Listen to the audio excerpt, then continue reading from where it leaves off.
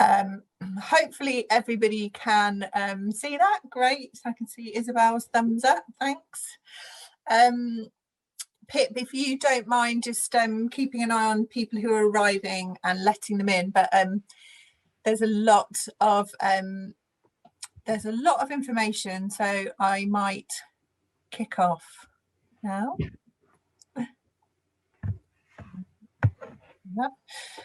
Yeah, and because I'm sharing my screen, I can't really see your chat, so just bear with me, but Pip, just shout at me if there are questions. So I'm going to specifically be talking about Arts Council project grant, ACE project grant, the joy of Grantium. So Grantium is the portal that is used for when you apply for the Arts Council grant. That is what I mean when I say the joy of Grantium. And it is a joy, believe me. So this says what's new. It's a presentation I've done a few times. So this was actually at the start of lockdown 1. So just a little snapshot of what Arts Council were and are prioritising. Has changed a tiny bit, but I'll update you on that. So they had 59.8 million to give away before April 2021. So that amounts to 3,987 £15,000 grant. So I'm going to base this talk on £15,000 and under, because at the moment that is what they're prioritising, and hopefully most of you here today would be first or second time applicants to the Arts Council anyway, so that is what you should be thinking about. And the Arts Council are prioritising first time applicants, so that is great for you if you are a first time applicant. And the emergency funding doesn't count, so if you were lucky enough to get that 2,500 grant, then that's brilliant. That doesn't count for project grants, so if you've never applied for project grants before, you're still a first timer. And they also are prioritising freelancers, and protected characteristics are a priority. Now, if you aren't sure about what protected characteristics are, write it down and Google it later so you can have a good read about it. But it is there are lots of different protected characteristics, such as disability, pregnancy, age, but you should know what they are if you're applying for Arts Council, so do Google it and have a read. And it's really important that your work must be placed in the context of COVID-19. So they want to fund work that is realistic and achievable. So you have to make sure that within your application, they feel really confident that you've thought about risk assessments, you've thought about how you're keeping your performers safe, how you're keeping yourself safe, if there's any audience, how you're keeping the audience safe. That's really, really important. And they're also looking at prioritising work that will make the most difference to the sector. So they really want to see that you are also supporting other freelancers and not just providing 1 or 2 odd days for freelancers, but it's really saying to Arts Council, this is how many freelancers I will be paying out of this money. This is how many people it will make a difference to.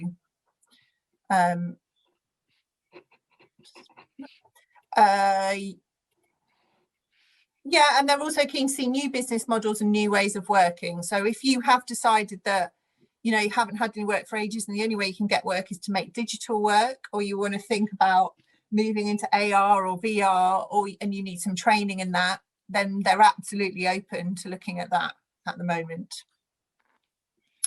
I am going to speed through because there's a lot. So again, just remember to ask any questions at any point, and there are no stupid questions, so don't worry. So what can you apply for? So you can apply for research and development, or R&D as we call it. You can apply for the creation of new work, but again, that new work and the creation of it has to be COVID safe.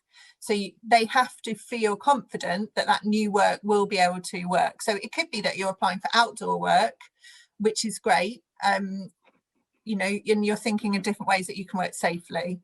You can apply for organisational development, which might be writing a business plan, hiring a fundraiser, getting some consultancy, some mentorship, working, you know, you want to bring in some really experienced artists to help you develop your new company. You can apply for new software and tech equipment if you need to make and develop the work. So again, going back to that, the digital part, the AR, the VR, whatever you think you'll need to make the work. And you can apply for a shift in your work. So like I said, that could be you've always made work indoor, and now you need to know that for the future, and to get your work booked, you need to make more outdoor work.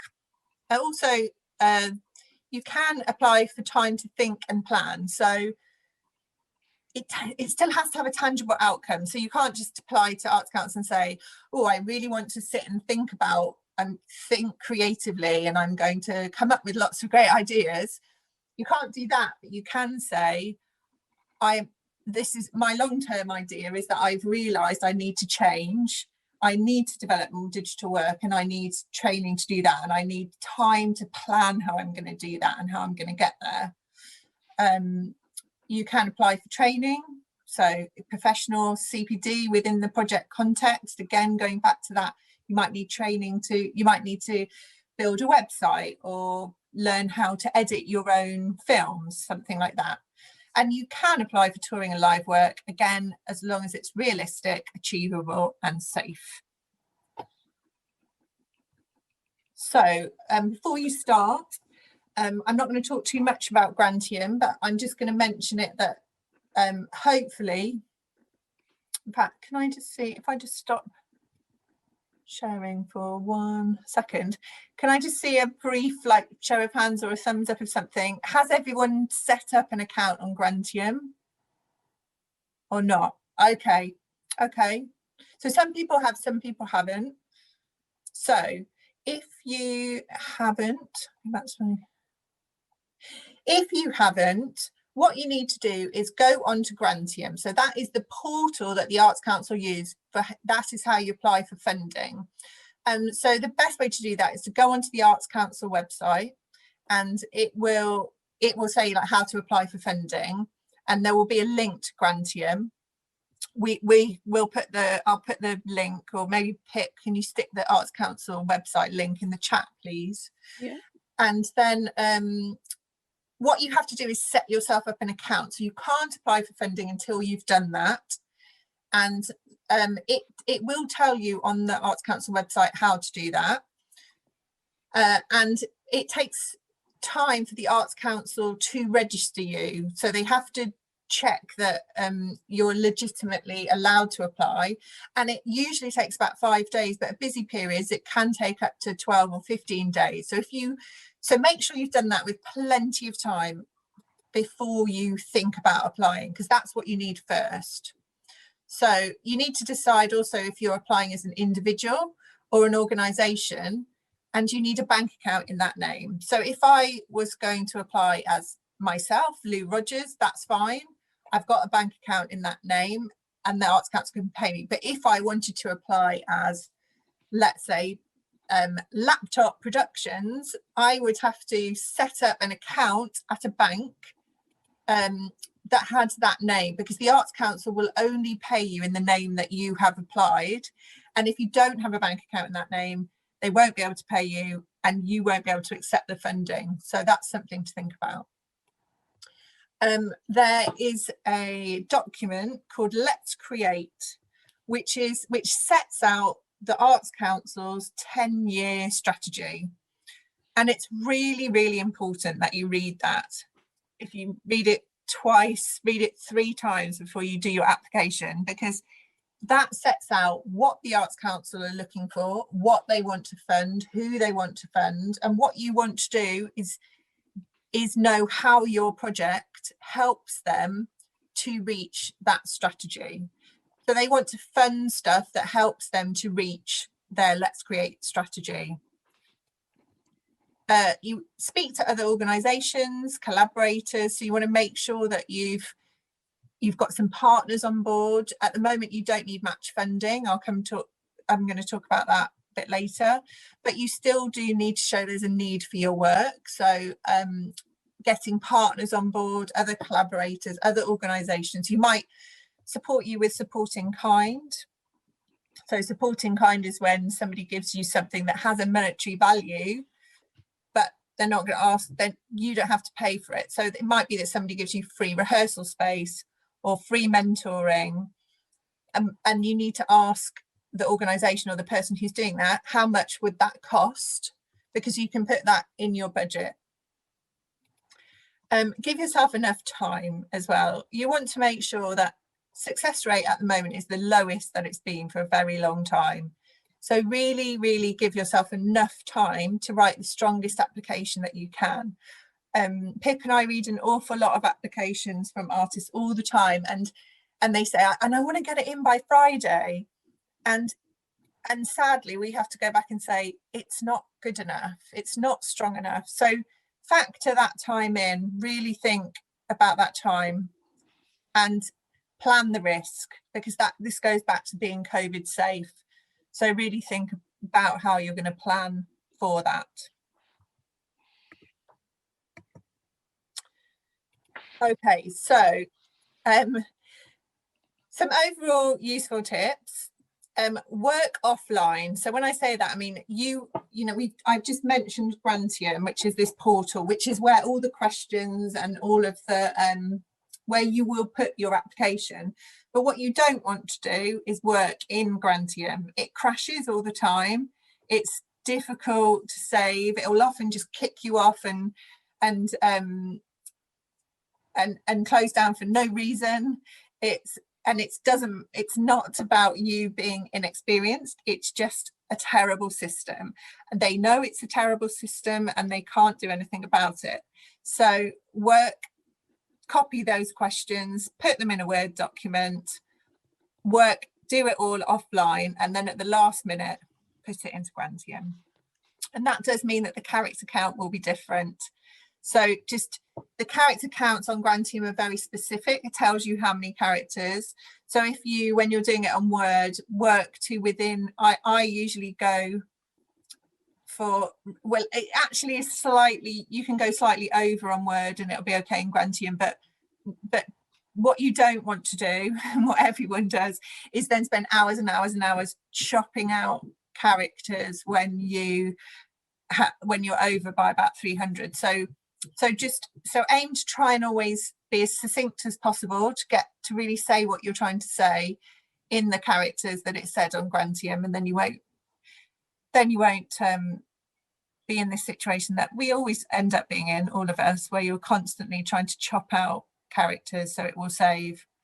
My biggest tip is be really specific. I read so many applications where I read them and I think, I don't actually know what you're asking the Arts Council for.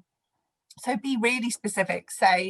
Literally say, I am asking for this funding will cover something like that. And then it's really clear: 10 workshops, 2 weeks of R&D, 1 week planning with a writer, really, really, really clear on what you're asking for. Use stats. So statistics are obviously quite tricky to get hold of if you are applying for the first time, but stats that back up your application are really useful because it shows the need.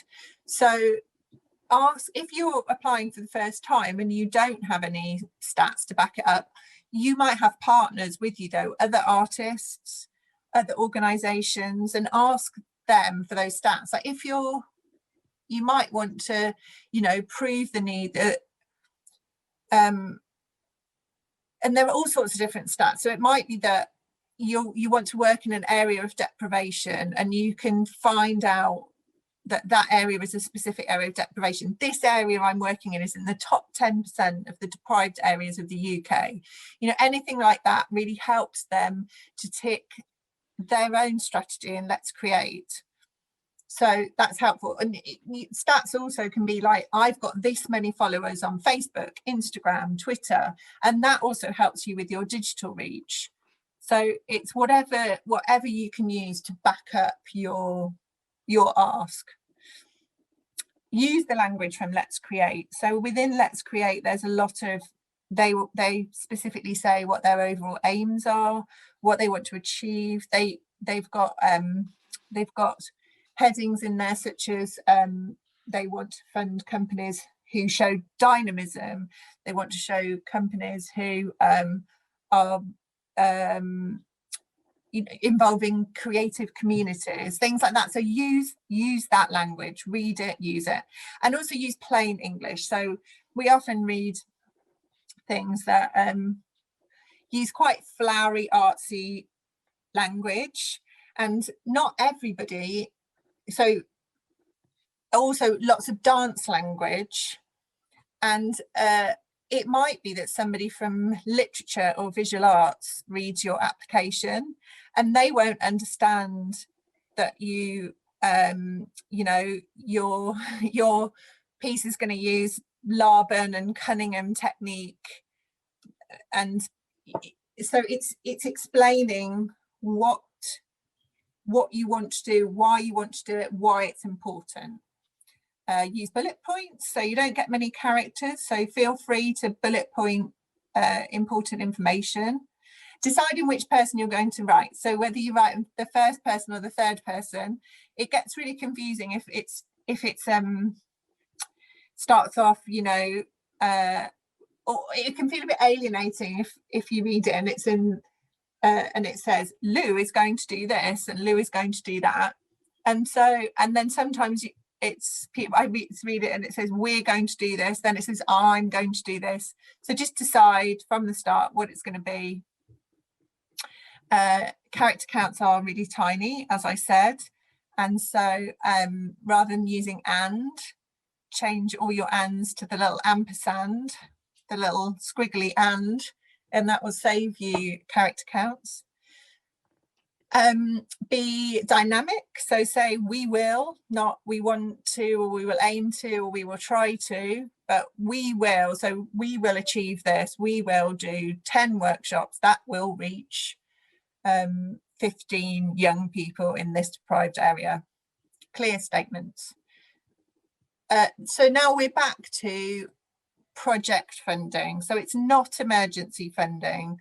So don't, although they totally understand that it's really difficult at the moment, what they don't want to see is people saying, I haven't had any work for a year, I haven't had any money, I really need this. Because this is not that. This is about projects. So it's about what your project is and why your project is important. And this is the start of your relationship with Arts Council. So and it really is a relationship. So it's about you explaining who you are, why they should trust you, why they should fund you, and what you want to do is to be able to keep going back and back and back to Arts Council, so that in the future they go, oh yeah, great, this is an application from Lou Rogers, and last year I remember we funded her to do this, and we got, and the evaluation was great, and that's what happens. They get to know who you are, and they know that, so it gets easier every time. And also that means that you can invite them to things. People often don't realise, they think, oh, Arts Council is this like organisation that sits behind this big building, but they're people that work in the arts.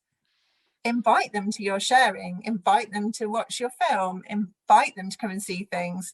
I invite people to come and see things all the time, from the marketing person who works for the Arts Council through to the relationship manager that I know, and that's really helpful. And the last tip is to find somebody who doesn't work in the arts to read your application. So the granny test. So if you gave this to your granny, would they understand what you're asking for?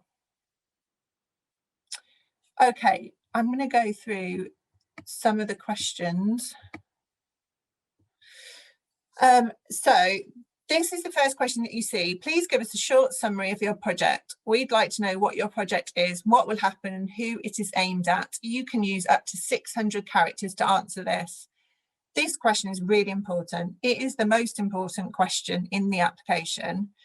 On panel day, what happens is the people on the panel will get a spreadsheet that will say your names or the organisation name and the title of your application, and then they get one tiny little bit to remind them of what that project is, and this is the bit they get. So they will have read hundreds and hundreds of applications over the previous weeks before, and then when they get to panel day, they want to go, oh yeah, I remember this application, this was really brilliant, I really liked the sound of it. And so that you want to get all of your top headline information. This is like if you imagine you were writing a story for the newspaper, you're writing your press release, this is your headline, this has all the really important information, and then the rest of the application below that is going to go through and explain in more depth what you've said here. So I've given an example. So we're going to share these screens with you, this PowerPoint with you, so you have this. So you've got a little headline of what it is that says, this is what we're applying for, this is how many people we're reaching, this is how much money we're asking Arts Council for, which is what this % of the budget, and then this is what we're going to do. We're going to make this new work, it employs this many artists this many days, we're going to reach these people, and it gives you a really good clear snapshot of what the project is. So don't worry about writing that down, we'll share it. Okay. So next question is, tell us about your organisation's relevant work and experience. You've got a lot more characters to answer this. So you want to put the most impressive stuff first. So what I often see is, I've been dancing since I was 3 and I did GCSE dance and A-level dance, and no, forget all that. The most impressive stuff first. And if this is your first project, it's okay, because you might have other people working with you, or other organisations or partners or whatever, so you can write some good stuff about them. And if you've just finished your training, that's okay. You can, if that's your most impressive thing, you can say I've just graduated from Chichester University with a first, and during that time I worked with Gary Clark and Yale Flexer and whoever else you worked with. And it's okay, they know that everybody's got to start somewhere, but you need to say, this is what I've done and this is what I'm going to do next. So you want to highlight the fact that you know what quality is. It's because this question is all about quality, which is a very difficult thing to quantify, but this is something the Arts Council talk about a lot. So quality really is about experience and knowledge and knowing that your work is good. And it's not about, you know, I might not like your work, you might not like my work. That's not what it's about. It's not about the subjective quality of your work. It's about the actual quality, so about high quality work. So you know you're going to put some critical friends in place. You're going to work with a dramaturg who's going to make it really good quality work. It's all around that. It's about how you can say to the Arts Council, this is what I've already done, this is my experience, and I know that I need more experience and more work, but I know how to make sure that the work I make will be quality. Hopefully that makes sense. So tell us more about your project and what you want it to achieve. We want to know what you aim to do and why, including the ideas behind your project. So often here I just read something that tells me about the project, but really what you want to say here is, every time you tell them something about the project, you've got to think, what do I want that to achieve? So this is the question where you embellish that first summary. So the stuff that you wrote at the top, the 600 words that were the highlight, this is a bit where you now drill down a bit more into all of that information. And the most important questions that you need to ask yourself when you're writing this are, what is the need for your work? why now and why is it important? So one of the things that's very easy for them to work out how to chop out applications, because they have so many, is they will ask themselves, does this need to happen now? And if they think, no, it doesn't need to happen now, this could happen next year, then bam, it goes in the bin. So really, really, really hitting home why, what the need is, why it's important now, and why it's important to the sector as well. So not just important to you, but what is it going to do to also improve the whole dance sector? And that could be about, even if it's, you know, it could be a community dance piece. I'm not saying it has to be working with professionals, but that's still really important. So you just explaining why that's important and how you will ensure quality. So what I was speaking about before. So will you work with a dramaturg? Will you have, will you do sharings and ask for feedback? Will you, how is it going to make you better as an artist? If you're applying for organisational development, you need to explain what shift you want that to achieve.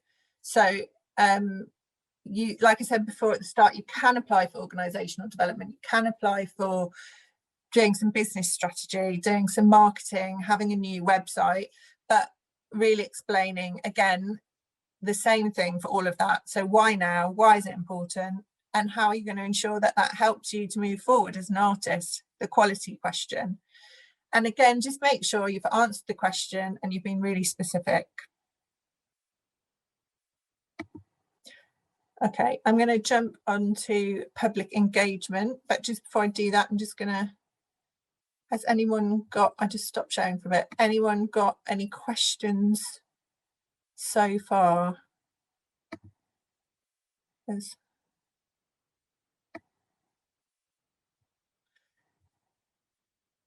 questions. Yeah, Amy. Hiya.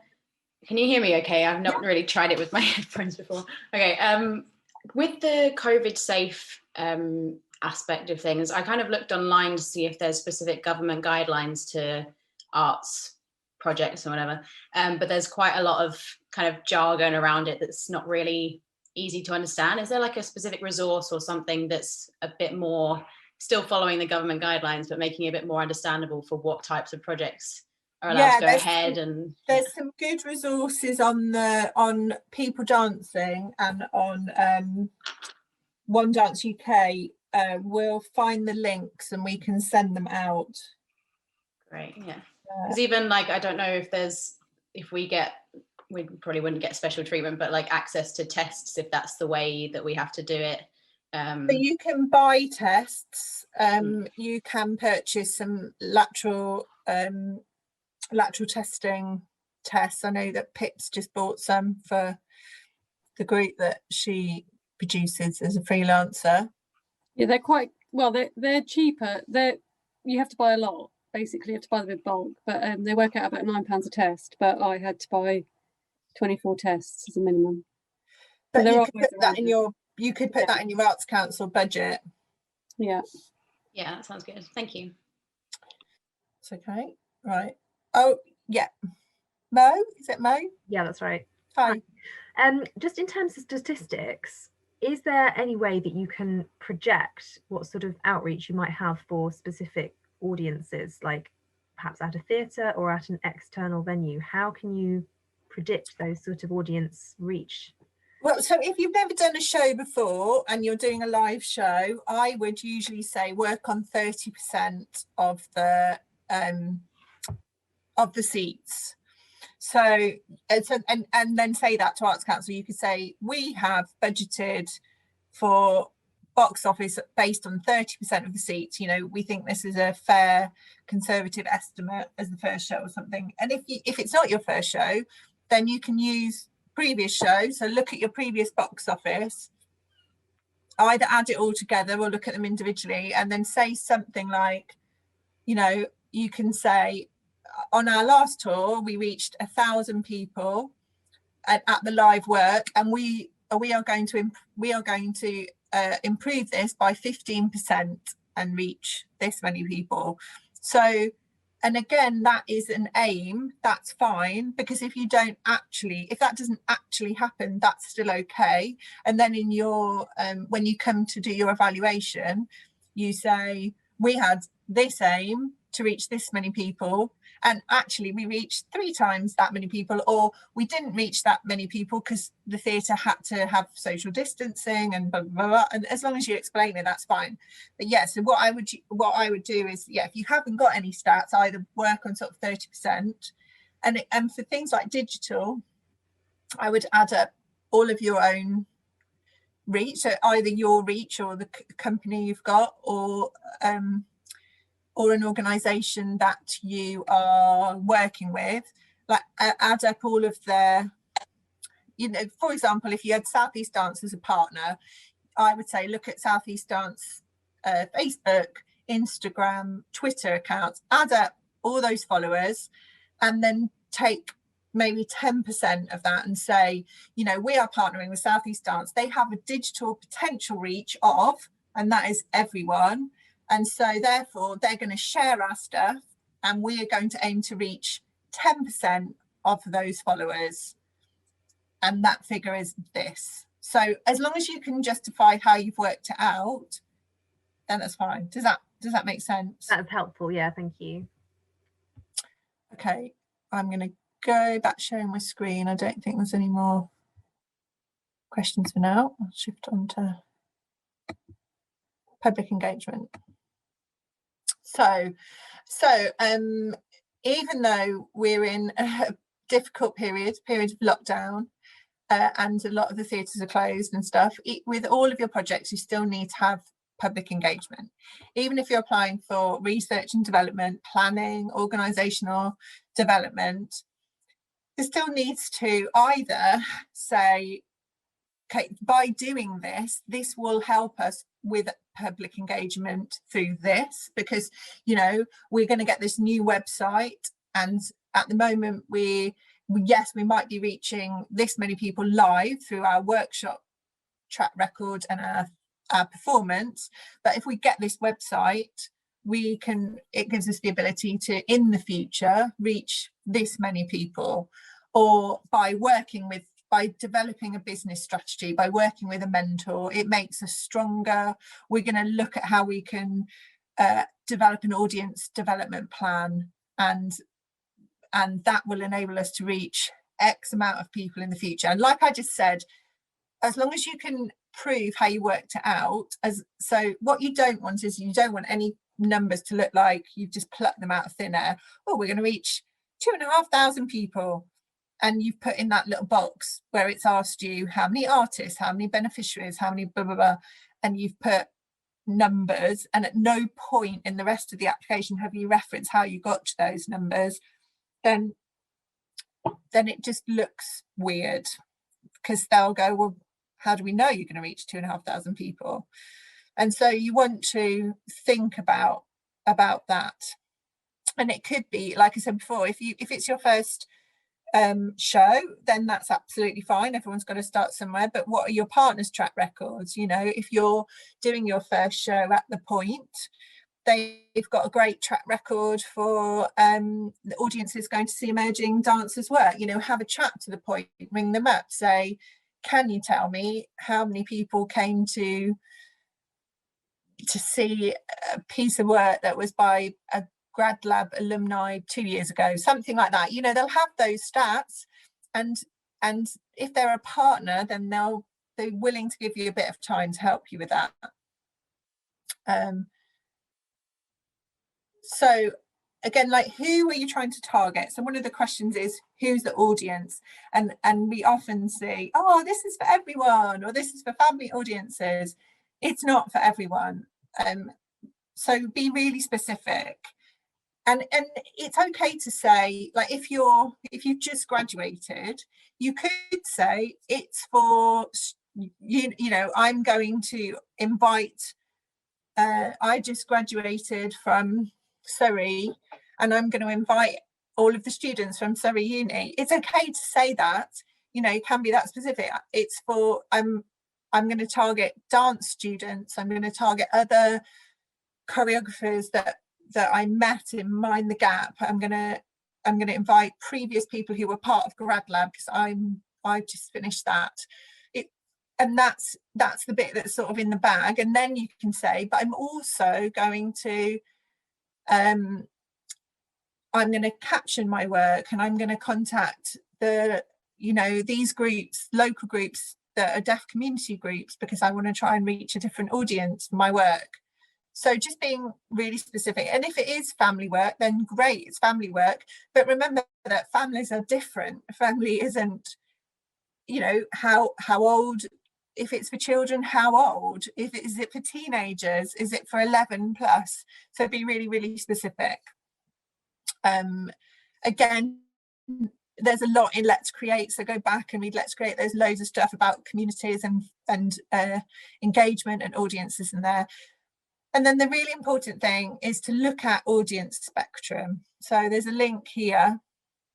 The audience agency is an NPO, a national portfolio organisation. So they themselves are supported by Arts Council, and they deal with audiences. So there is an expectation from the Arts Council that you will have had a look at the audience spectrum, and you will have at least gone, oh yes, I definitely can hit one of those audiences from audience spectrum. So those audiences are broken down, and they all have crazy names. They're called things like Kaleidoscope Creativity and Up Our Street and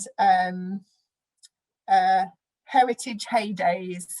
So, and there's loads and loads of information on what those audiences, who those audiences are, how old they are, where they live, what they break down to. And it might be that you go, okay, I'm doing an outdoor piece of work, and it's going to be free to access, and it's going to be at Eastleigh Unwrapped and at Our City Dances. And so then you can look at what those audience, there's a whole audience who traditionally, there's one that says traditionally from low income families will only engage with outside work and festivals. So you could say, I'm making this piece of outdoor work, it's going to be at these festivals. It will specifically target trips and treats audiences who traditionally don't engage unless the work is free, blah blah blah. So it's shown Arts Council that you've really thought about who your audience are, but you've also done some research around what audiences look like, who they are, what they go and see, so that you're not just thinking, oh, my work's for everyone, because it isn't for everyone. And if your reach is going to be really low at the moment with COVID, and what you're applying for is basically you working with 2 other freelancers in a studio, and you might do a couple of digital sharings, then again, that's okay, but just explain that. So you can say, we acknowledge that we're not reaching many people, but what we're doing is planning this piece, which will then tour to 10 outdoor festivals next year, and we are aiming to reach this many people when we've actually made the work. So you can say in the future there will be public engagement, but maybe there isn't a lot at the moment. So that's fine to say that, but as long as there's the ambition is there for the public engagement. So that's next bit is just what I explained before about how to think about digital engagement. So adding up all your partners' social media reach, saying there's a global reach of this, but we're going to reach 10%, 15%, whatever it is. You can look at past films your partners have released. Aim to reach 25% of what they reached before. So have a look on YouTube. And just how will you engage communities? So they want to see that there is a certain amount of community engagement in your work. So you could think about how you can engage other communities. So is there a school you can work with? Is there a group that somebody, is your mum part of the WI and you could do a workshop with them? It's all about how you can get into reaching community groups. So I've explained that, explained how I've calculated the numbers. It shouldn't look like you've plucked them out of thin air. And how are you going to reach people? So make sure your budget reflects this. So you might say, I'm going to go to you know, I'm going to do 3 sessions in a care home, I'm going to go and have tea, and I need money to buy cakes. I'm going to hold a session in a village hall, and I'm going to invite the local community in. I'm going to invite them to come and talk to me about my work and give them tea and biscuits. So that can all go in your budget.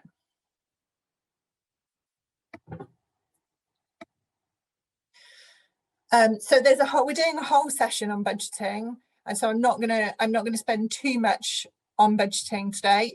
Please do come back to the session next week. But just a quick brief overview.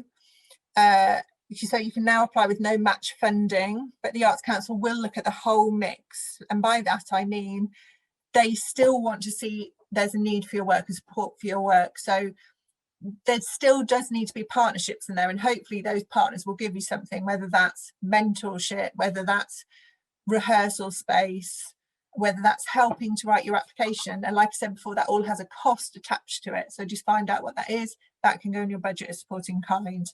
People often ask me, how do I price things up? Use the ITC website. So again, we can share this out, but if you Google ITC, Independent Theatre Council, it will come up. They have loads of free resources on there, free resources of how much you should be paying people.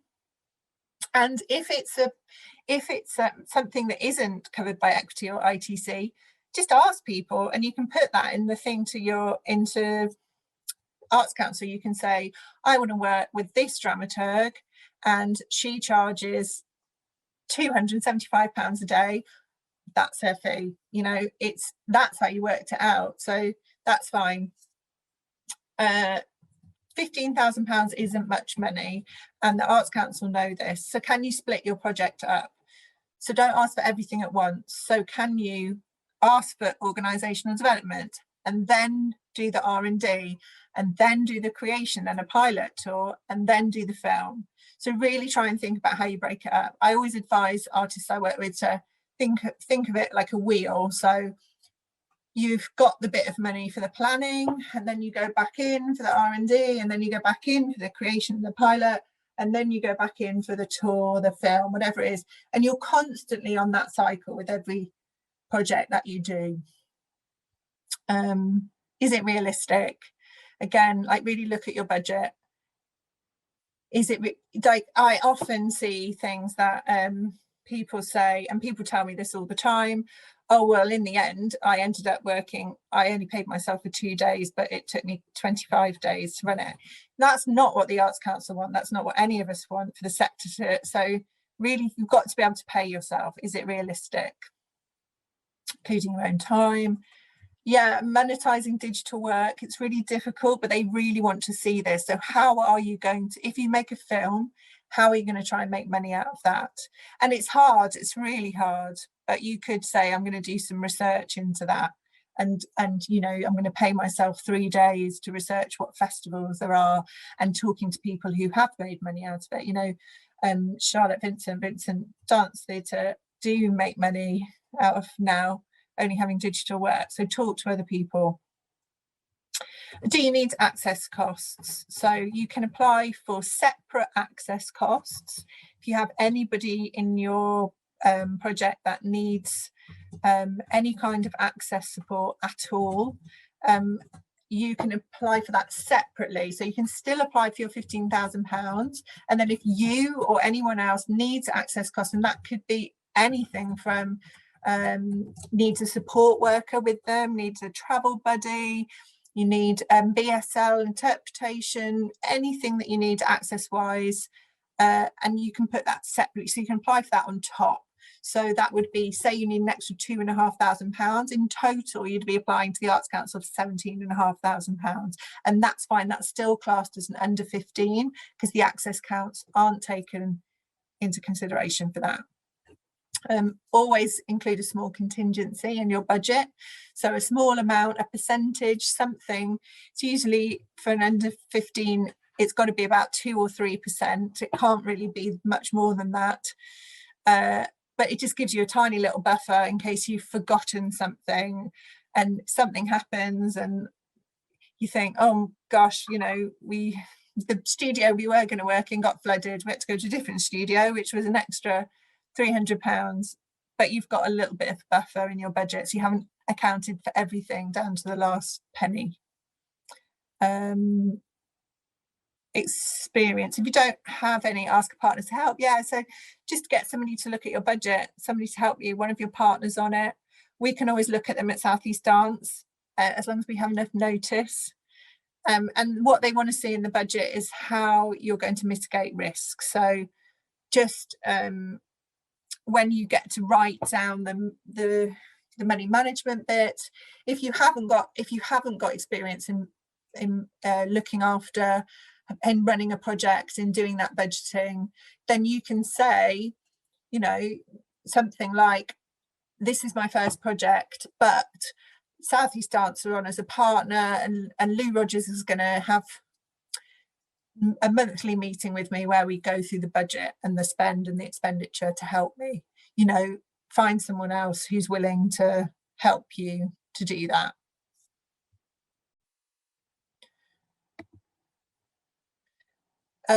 So the management question, so this is about how you're going to manage your project successfully, and also about the partners you bring on. So it's really great if you can bring on an NPO. So an NPO is a national portfolio organisation. So that means that it's an organisation who is regularly funded by the Arts Council. So it used to be called a regularly funded organisation, and then it changed to NPO.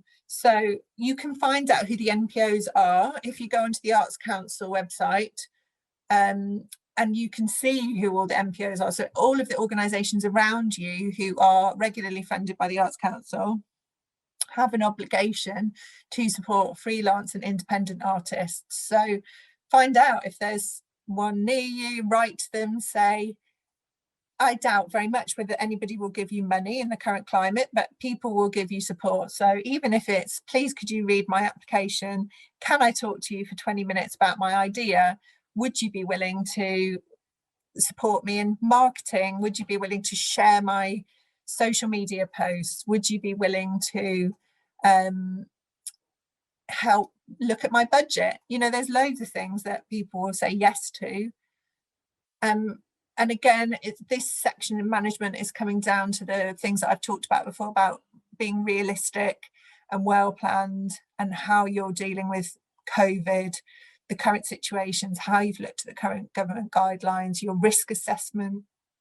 If you haven't written a risk assessment before, it can be really daunting. And there are templates out there. We can send out some links to templates, but also this is again where your partners could help. So this is another thing you could ask for. You could ring up your friendly NPO and say, I've never had to write a risk assessment before. Could I have some time with your production manager, your head of technical, your health and safety officer, to please look at my risk assessment to help me write it? Yeah, and thinking about, is there a plan B? So this again was written in the first lockdown, and it said, what will happen if there's a second wave? Well, we're now in lockdown 3, so it's, you know, thinking about that as well. So what are you going to do? How can you adapt? How can you make the Arts Council think that you're adaptable, you're flexible, but you've really thought about the risk, and that your project will still go ahead? So if we're still in lockdown, you know, professional dancers are allowed to go into the studio together as long as they're safe. So you can still make the work. You might not be able to show the work in the way you wanted to, but could you get your studio that you're working in, could you live stream the work from there? Could you turn it into a film? Just really instilling in the Arts Council that you've thought about different options. An evaluation. People ignore that last question, and again, it's so important. The evaluation question, how are you going to evaluate your project? Because the evaluation bit as well is also, how are you going to learn as an artist? So how are you going to, what you don't want to do is go, oh yeah, I'm going to do the evaluation. Don't worry. You want the evaluation to be, meaningful to you as an artist. So again, it could be critical friends, it could be feedback sessions, it could be sharings. I've been to loads of sharings on Zoom. You know, are you going to send a feedback form to your audience? Are you going to do some face-to-face sessions? You know, when we're back to working in a normal way, are you going to ask, are you going to stand out, are you going to rush from your rehearsal and stand out front and chat to the audience and find out what they thought? Are you going to leave post-it notes for them to write their thoughts and stick them on the wall? You know, how are you going to get that feedback? And then when you've got that feedback, what are you going to do with it? So it's all very well to say, well, we're going to do this and this and this, but what are you going to do with that evaluation? Why is it useful to you as an artist? And it is really, really useful, because it's so useful for the future. If you have, again, like I was earlier talking about stats, but quotes are so useful. So quotes from people, quotes from audiences, quotes from press, people, artists that you worked with saying this was a brilliant project and this is what I learned. You know, that's all really, really useful for you getting your next lot of money from the Arts Council. So I've got a slide about questions, but I'm going to come back to that in a bit. Just final thoughts. So if you get a rejection, which is highly likely, don't feel bad about it. The success rate at the moment is tiny, and often people are rejected. It used to be that it was an average of 2 rejections and then you got it on the 3rd try. So I think it's even worse than that at the moment. But if you do get a rejection, then what you want to do, don't think, oh, well, that's it. That's absolutely not it, because that's why they've given you some feedback. So you'll get feedback that says this is why you didn't get it. So read that feedback and use that feedback to make the application stronger. So even if you get feedback that says other applications preferred, which is the worst kind of feedback, because then you're like, okay, I don't know what to do now, it still means that yours wasn't strong enough. So you've still got to go back and look at it and think, how can I make it stronger? So can you reach more people? Can you get another partner? Can you work with more community groups? And can you be more specific? Can you, again, just highlight that need a little bit more? And do get someone else to read it. You know, you can book an artist advisory at South East Dance. We can read them, or find someone else at your local MPO. And if you do get it, do send a thank you card and an invitation to the work to the Arts Council. So I always send thank you cards, and you know, I always get from the relationship manager I know, she always says, oh, you're always so nice. It's always so nice to get a thank you card and not just get constant letters of artists moaning. It makes a difference. It really makes a difference. They're going to remember who you are next time they see your name on the table. They'll think, oh yeah, that person sent me that nice card. And tag them as well. So in all of your social media stuff, they have their own hashtag ACE supported. And they have a whole marketing department who's constantly looking to go, oh, look, great, here's some more work we funded. They want to make themselves look good too. So tag them in your social media, and they might not repost everything, but they will repost some things, and they will comment. They always do. Okay, I'm going to stop sharing, and I'm going to say any questions. Isabel. Is there like a general kind of, I know when you apply you have to sort of allow a certain amount of time, but is there sort of a too long, like if I want to apply now for something in October, is that all right, but is January 2022 too far away? Like, do they have a sort of this isn't soon enough thing? Yeah, so it comes back to the why now thing. So yes, January 22 for an under 15, too far away. October, maybe too far away, unless you're saying there's an awful lot of pre-planning, because also it's a fine line. So what you don't want to do is it takes 6 weeks for them to turn it around, and what you don't want to do is be like, and on Monday of week 7, that's when I start my work. So they also don't want to see that, because they'll think, hang on, no, they've not planned in any time. So I would say if you're applying now, so where are we? Start February.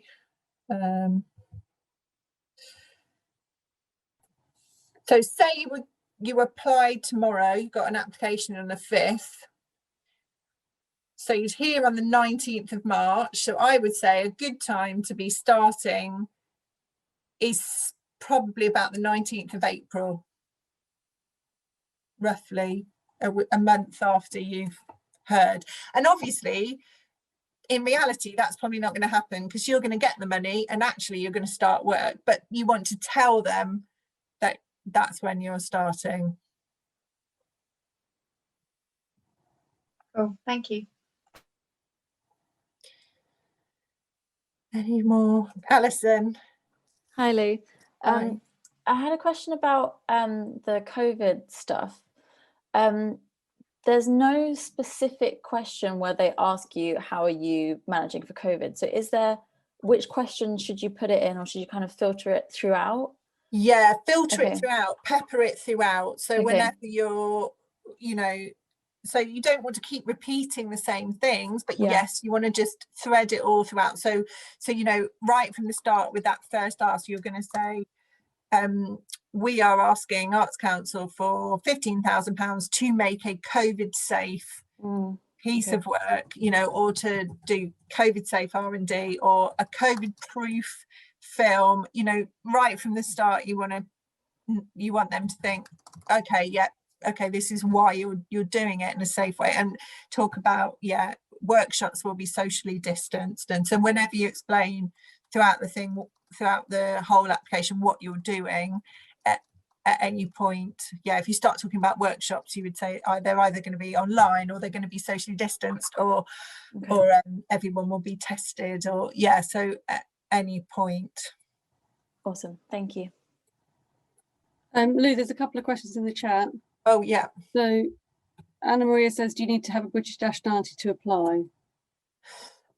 No, you don't, Anna Marie. You need to have an English address, so not even British address. It's Arts Council England, so that the boundaries are, there's Arts Council Wales, there's Creative Scotland, but if you live in England and you've got an English address and you've got a visa to work here, then that's fine, you can apply. But you would you would need to have a bank account. So so as long as you've got a British bank account. Yeah, you need to have a British bank account, an English bank account, an English address, and a visa to be able to work here. And then the other question from Vanessa is there somewhere that you can look at successful applications to see what they look like? Do you know what? I discovered this 2 days ago, that there is a website that shares successful applications. Which I'd never knew existed before. So we can share that out as well. I have to say, with a caveat, that I don't know how useful it is. I literally discovered it 2 days ago, but someone had shared it, because a group that I was on, people kept saying, well, can anyone share a successful develop your creative practice application? And somebody said, oh yeah, have a look at this website. So we'll share that, but just I would say always look at it with a slight, it might not be perfect, it might have been written 5 years ago and things have really changed, so just be careful. And then Tilly's asking, how would you suggest to build a relationship with your relationship manager? So just find out who your relationship manager is. It can be hard to find out who your relationship manager is, because Arts Council don't really publish that, but ask your MPO. So you know, they'll be able to share with you who the relationship manager is. They often do sessions a bit like this, where they find out if they're doing one of those, go along to a session, meet them, start turning up at things. And like I said before, yeah, send a thank you, send an invitation to come and see your work. They do give one-to-one sessions, but at the moment I don't think they're doing them. But you can always get in touch and say, when you are doing them again, could you let me know? You know, they're incredibly, like everyone else who is still working, incredibly busy at the moment. They've just going into Cultural Recovery Fund round 2 decisions, and yeah, but you know, it's worth saying hello. It's worth saying, I understand that it's a really busy time, but could you let me know when you're starting that up again? I think you're only allowed one though, aren't you? So I think it's good to choose when you take it up, because Yeah, they can only give you advice once. So I would have your application at quite an advanced stage, possibly, before you use that one opportunity, because you can come and ask us first. yeah. and we can give you more chances. Yeah, you know, and we have a really, really good relationship with them, you know, like the relationship manager for dance, I have known her for, oh my goodness, I don't know, years and years and years and years, and so often she will just ping me bits of advice because she knows I do sessions like this and she's so busy. So just last week, you know, she pinged me a bit of advice saying, just letting you know, this is our current thinking, this is what we're looking for. And so she knows I can pass that out to the sector as well. So yeah, like Pip said, you can always come to us, and you do want to build a relationship with them, you absolutely do. But I think the best way to build a relationship with them is to send them thank you cards and invite them to things, because they get art, you know, they do so many artists advisories and they're always looking at applications, and so actually it's a nicer way to build it than to have that session. And at the moment as well, I know that they're really looking for applications that also include and hit their equality, temporary equality guidelines, and we'll send out the link to those as well. There's a question from Luca, Lou, saying, if you apply as an individual, do you provide information about your partner's and artistic team's background as well in that second section? Yes, absolutely. It's about the project. So it is about you, but it's also about everybody who's going to be part of that project. So the creative team. So yes. And there's a bit later on where you can elaborate on, you know, you have to list all your partners and all the artists involved. And again, you want to make sure the most impressive bit is at the top. Because the question on that section does ask, what's the person's role in the project? And so often I see ones that say, you know, Pip Sayers, and it will say Pip is going to be our producer, and blah blah blah, and then it says Pip has been a producer for 15 years, and and so flip it around. Whatever the person's going to do on the project goes at the bottom, and the most important information, the most impressive bit, goes at the top, because usually they only read the first 2 sentences of that bit.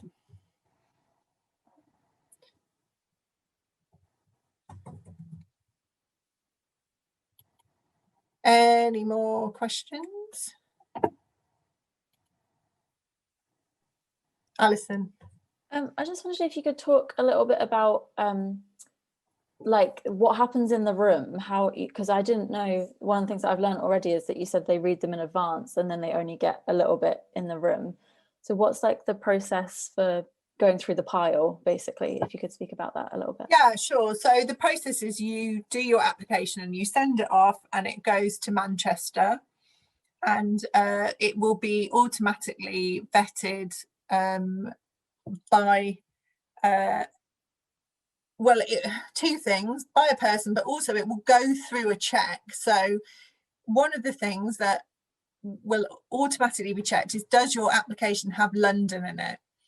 So often when we talk to artists, we say try to keep it in region. So if you're based in the southeast, for example, try not to include a London partner, unless you've got a really brilliant London partner like the Place and they're going to give you £1,000 and you've got Choreodrome, then yes, of course.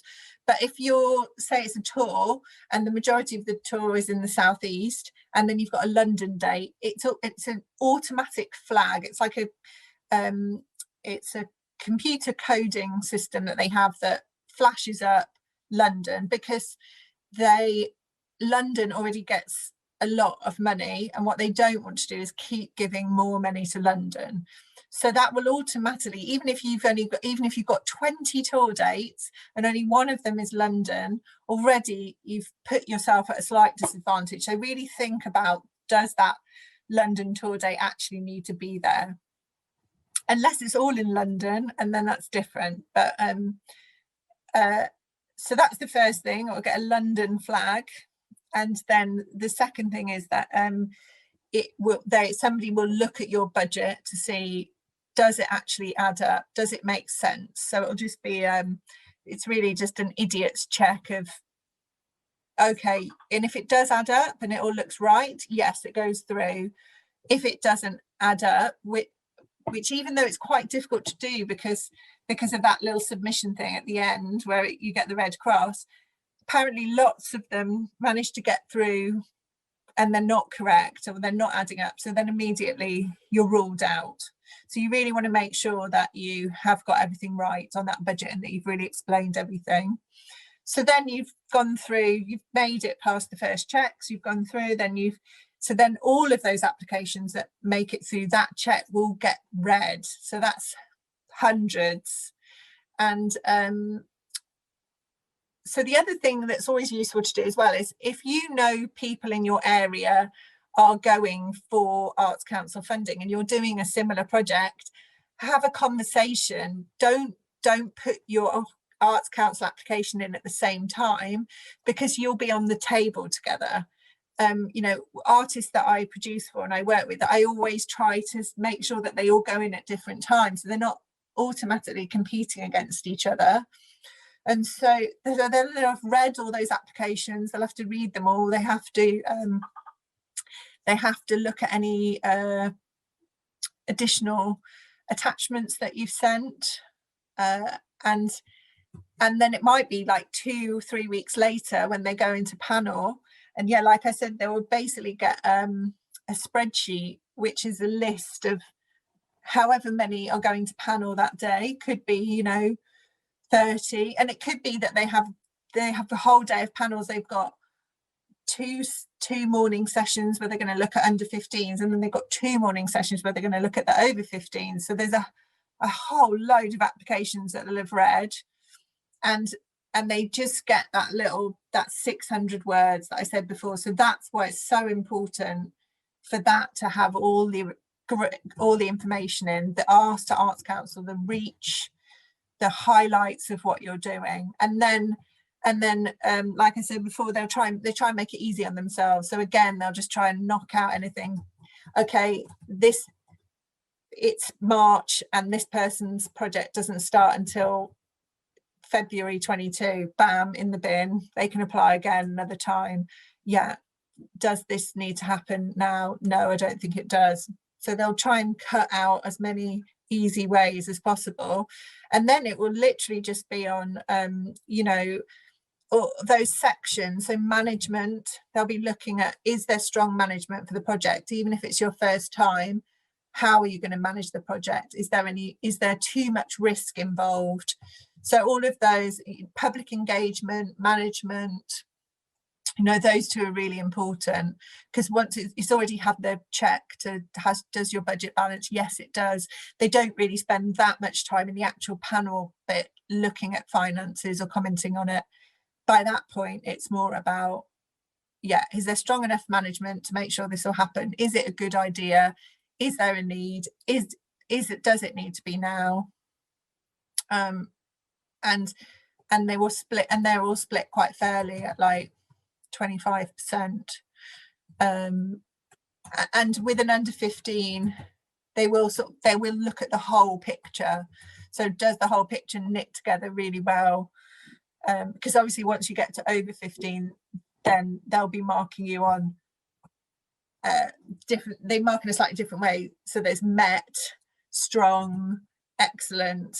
And so if you only met their expectations for everything, then you're less likely to get it from somebody who's constantly strong and excellent. So it's a slightly easier system. But in under 15s, really they're looking at the overall picture.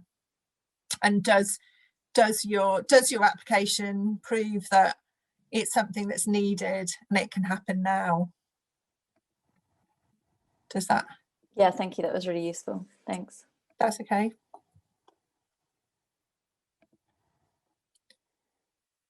Amy. Hi again. With the London flag thing, does that count for every single section? So even if you're saying like where your last thing was performed, if it happened to be in London, is that also going to flag up? No, that's fine. It's basically on the location. So is it touring? Is it location? Yeah. No, if you said before, yeah, last year we performed at the Place and it was a success, or we did Resolution, and yeah, no, that's absolutely fine. But it's about where the money's going now. And actually as well, if you can keep it in region, you are more likely to be successful, because it won't go to national panel, it will go to your regional panel. And it might be that your Arts Council officer has already met you, and so it will go to somebody who might have seen your work, might understand your work. And if you're not sure what those regions are, again, it's on the Arts Council website, so you can have a look at what all their regions are. You know, there's so there used to be a lot more, but now the south and east merged and became the sort of uber southeast region. So it actually is a really big region. It goes all the way over to like Norfolk and all the way over to the Hampshire border. So it should be, in theory, quite easy to keep it in region. And if you're lucky enough to have like a 30-date tour, then again, you might want to put 2 applications in. You might want to put one where all the southeast tour dates are, or workshop dates, or whatever those are, and then you've got a few dates that are in you know, up in north region. Then you might want to put a second one in that's got some dates in the southwest, some dates in the north, which is more of a mixed one second time around. But you can already say, look, we did a really successful tour in the southeast that was Arts Council funded. We reached this many people, and there was a real need to progress the work. So therefore, now this is the second tour, and it's going to be in Sheffield and Oxford and Plymouth, and so it can be a little bit easier to go in region. That's great, thank you. There's just a follow-up question from Rachel for that, saying, following Amy's question, if your previous performances, or if any of your partners are based in different parts of the UK, would that be a problem? Would you ideally have all your partners in England? So you can have 25% of your partners outside England. So yeah, you can have partners in Scotland, partners in Wales, but only up to 25%. And no, it's not a problem at all if any of your partners are based in different parts. So different parts of the UK, then it's the 25%. But if they're England based and they're in different parts, then absolutely not. It's not a problem at all. But it does just means that it'll go to national panel and not regional panel, which, you know, it doesn't, I mean, its percentage of success changes very slightly, but nothing to worry about if you've got great partners.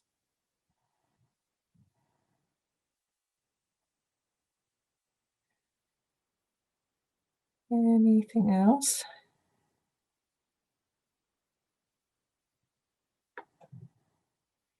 Yes. Hi, sorry, it's a little Hi, that's all loud right. here. I hope you can hear me. I have a question. So, if the work already exists and you, like, I feel fairly good about like touring and budgets, etc. And the next step would be now with the new work to do networking and use the time in COVID to just build new connections. I'm just not quite clear all the things I can take into a budget if I'm using this time to network and spread, like build connections and for future opportunities. Could you just talk a little bit about like what can go in there if you can't go to live events where you talk to people and or like yeah, those kind of things. Yeah, sure. So like I said, we're doing a deeper session on budgeting next week, so do come along to that. We can talk more about it, but in a nutshell, you can include your time. So you would pay yourself to do that networking. If you have to pay to go to events, you might want to include those ticket costs for going to things. If you're only applying for that, I would say that's a difficult ask. But I think if you're applying for that within a bigger project, then yeah, absolutely. So within a bigger project, you could apply for networking and developing yourself. So yeah, and you could definitely budget for your time, any ticket costs you need. Once we're back out of lockdown, you might need to travel if you're going there in person, so travel costs. And also you can now include any you know, PPE costs, deep cleaning costs, anything like that needs to be included as well. Any yeah, testing, anything that's involved around you actually being there in person to keep you safe as well. Does that answer? Yeah, great. Yeah, Belinda. Hi. I was just wondering if you could maybe give some advice about how to go about getting partners and kind of what it means to actually be in a partnership with a venue or with a company or etc. Yeah, so I think it means lots of different things for a start. So it might be that you have a very light touch partnership, and for example, you know, often we get approached by people saying, I'm putting in this Arts Council application, could you help? And we say, yes, we can share all your social media posts, we can feature you in a mailing list, e-news, we can share any you know, if you're doing a workshop, we'll share that on social media, and that has a cost attached to it. And so we can say, and that would be, you know, this much, and you can put that in your support in kind. So that's kind of the least we can do. Or we can say, yeah, Pip and I can read your application. That has a cost attached to it, and you can put that in your support in kind. So I think really the best way is approach somebody you know. So if you know anybody, just approach them and say, you know, could we have a conversation? I'm putting in an Arts Council application. Or often what happens is, for example, an artist had an artist advisory session with me last week, and she talked to me about her Arts Council application, and she wants to she's a choreographer, but she wants to do a bit more screen dance stuff. And so she said she wants to involve some mentorship from people who've done that. And I said, oh yeah, okay, I could put you in touch with this person. They used to run Brighton Digital Festival. So I've put her in touch with 3 people who I said, these people will be able to help you. You know, and so I wrote the email because I have the contact and said, can I introduce you to this artist? They're looking for this. You know, and then I'm going to leave it to them to get in touch. And I know, because she fed back to me saying thank you, that 2 of them got back in touch with her saying, yeah, sure, here's my number, give me a call, let's have a chat. So it could be that. I mean, you could just say, you know, say you want to do a project that you want to work with community groups. You could, and you don't know how to contact those community groups, you know, find out, is there somebody in your area? I mean, we have a senior producer who does participation. you know, so that would be the person that you would contact and say, I would really like, could you introduce me to some, you know, I want to work with people who are over 60, could you introduce me to some groups? So I think if you know what your ask, I would say think about what your ask is, so know what you're asking for, particularly in the current climate. I doubt very much whether people are going to give you money. So, you know, in an ideal world, we would all like our partners to give us some money as well. But I think if you know what you want, so that artist knew that they wanted people to mentor them in screen dance. So I said, yeah, I can put you in touch with these people. You know, if you know what you want and you say, could you help me to do this? People are much more likely to get back to you, I would say. And I'd say that's a good way to go about it. That's great, thank you.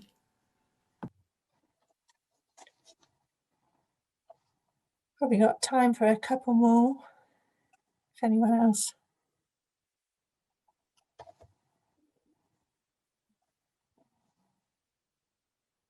There's one in the chat that says, following that question, if your funding is for CPD purposes, would the partnerships work in the same way? Yeah, definitely.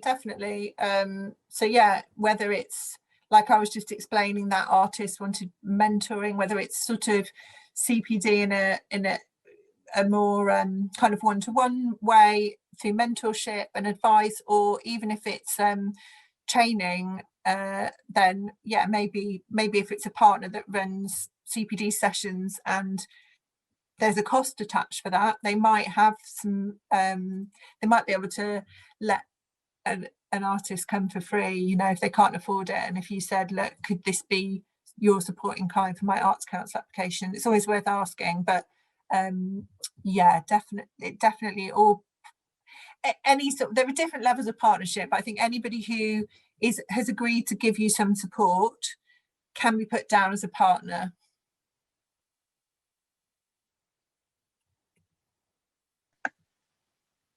Isabel. Can I just follow on from that? So if I've got like an opportunity that's like a free course, for example, I've won a place, could I then approach them and talk to them about including that in my Arts Council? Yeah, definitely. I've already been awarded it, for example. Yeah, definitely. Yeah. I definitely think you could include that in your Arts Council, because, you know, you've been awarded a free place. That free place has a cost attached to it. So you could definitely put that in a support in kind. Yeah. Yeah, and I think if you've been awarded in a place on something as well, it's worth going back to that organisation and saying, you know, you've awarded me this free place. Could we then maybe have a conversation afterwards about how I can develop what I learned in the course? You know, it's always worth asking something like that. Cool, thank you.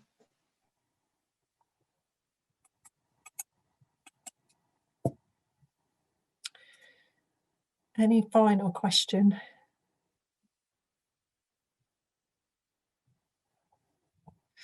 So I'm just going to share something that Pip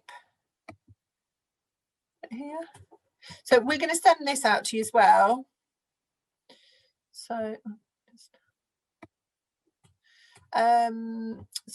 Pip has put this together as well, which is a good kind of spider diagram to help you think about the Arts Council questions. Pip, do you want to say something? Yeah. So when I first started writing Arts Council applications, I think one of the things you have to get your head around is, obviously there's a character limit, so you've got to say what you need to say really succinctly, and you've got to work out also, it's a bit of a, you know, working out what they're wanting you to say as well a little bit. So it's kind of adapting what your work is and pulling out from your work what the most important bits are that line up with what the Arts Council are looking for in their Let's Create overarching sort of themes. Anyway, so I went through and basically what you need to do is you need to think about bullet points, okay, using your information and presenting it in a way that, like Lou's saying, you know, these people are sitting there reading application after application after application. They don't want to wade through a lot of information. It just needs to be clear, it needs to stand out. And there's things that you just need to think about for each of the, when you go through and you have a look at what the application is, for each of the questions, there's things that are really important that you need to think about including in your answers. So this is why I sort of went through and made this PowerPoint for each question, just to put out what the most important things are that you need to be looking at, and where and how to sort of start constructing. Because what you'll do is you'll write an answer, it'll be way over characters, it'll have lots more information in it than you need, and you'll go back to it and it'll take you a long time to pare it right down to the bare essentials, and you'll feel like it's not what you wanted to say in the first place, but actually what you'll end up doing is saying what actually just needs to be said. And that's kind of the skill of writing a successful Arts Council application, is kind of learning that it's okay not to say everything that you want to say. It's okay to just focus on those really important points that line up with what the Arts Council are looking for. And it's a kind of a skill of bringing those two things together so that you present your project, you present what the most important points are, and you line up with what the Arts Council are looking for. So that's what I tried to kind of do in this, picking out these things to look for each question. So it just gives you a guidance really of what the most important things to think about, and some examples of what to say. And I'd say, like with Lou's presentation as well, that first paragraph that Lou's put in there, just use it as an example. Like, put in your own words and use it as that is what needs to be in there for it to be a really succinct explanation of what you're saying. And it is a learning curve. It's a skill, and it takes a lot of thinking about, and sometimes it may feel like you're compromising on what you actually want to say, how you want to talk about your work. And I think that's okay. You have to kind of like sit with that and accept that there are different times for you to talk about your work in different ways. And for Arts Council applications, you're going to talk about it in a specific way because you want it to meet what they're looking for. So yeah, and have lots of advisories with us so that we can explain it to in more detail of how to adapt what you want to say with what they want to hear. That's the key skill. But yeah, I don't know if you've got any other questions on that. Any final questions? Okay, I'll stop showing that. But like I said, we'll send both PowerPoints out to you. I've made a note of some of the stuff. We'll send out the ITC stuff, and we'll send out the temporary equality guidelines and the links to People Dancing and One Dance UK with the risk assessment information on. I did put them all in the chat, but oh great, okay. Yeah, maybe we'll send them out. Maybe we can send them out as well with when we send the PowerPoints. Thank you very much for coming. So nice to see some of you, see others' names, but thank you. And yeah, the budgeting one is next week, Pip, yeah, is that right? Next week. And also we've got Valerie's professional dance class coming up, and I've only had one application for the bursary, so there's 2 more spots for the bursary if anybody wants to send me an email saying why you feel it might be helpful to you to have the bursary placement to attend that class. So please don't let it go to waste. In fact, I think I've got one that somebody didn't turn up. They accepted the place for Sarah's, but then didn't turn up to class. So I think we have actually got another bursary place that assigned to Valerie. So please do take that opportunity to have a bursary payment for coming to her class. Yeah, so that it's a bursary. We'll give you £75 if you feel that you need that. Just a little paragraph to Pip about, even if you say I haven't had any work for the past 6 months and I just really appreciate, I need a bit of money, just that's fine, but we just need to know why you need it, because obviously we have this money as it's given to us by funders to fund Mind the Gap, and so we have to report back to our funders on who we gave that money to, because we said we would give some money out to artists in need. So so we need to know why you need that money. That's why, so we can report back to our funders, not that we we want you to jump through hoops to get it. You've literally just got to write a couple of sentences. Am I right in thinking there's an age restriction to it? 23 and under. Sorry, that rules you out. Sorry. It's all right. I'm old. And also I put in the chat the link to the artist advisories, which is on our website, that you can just sign up to say that you'd like what, you know, just an inquiry. It's an inquiry form that then comes through to me, and I can see who best to match you up with in the organisation, depending on what the sort of, you know, overarching thing of your application is going to be. So please do take advantage of those as well, because they're really helpful.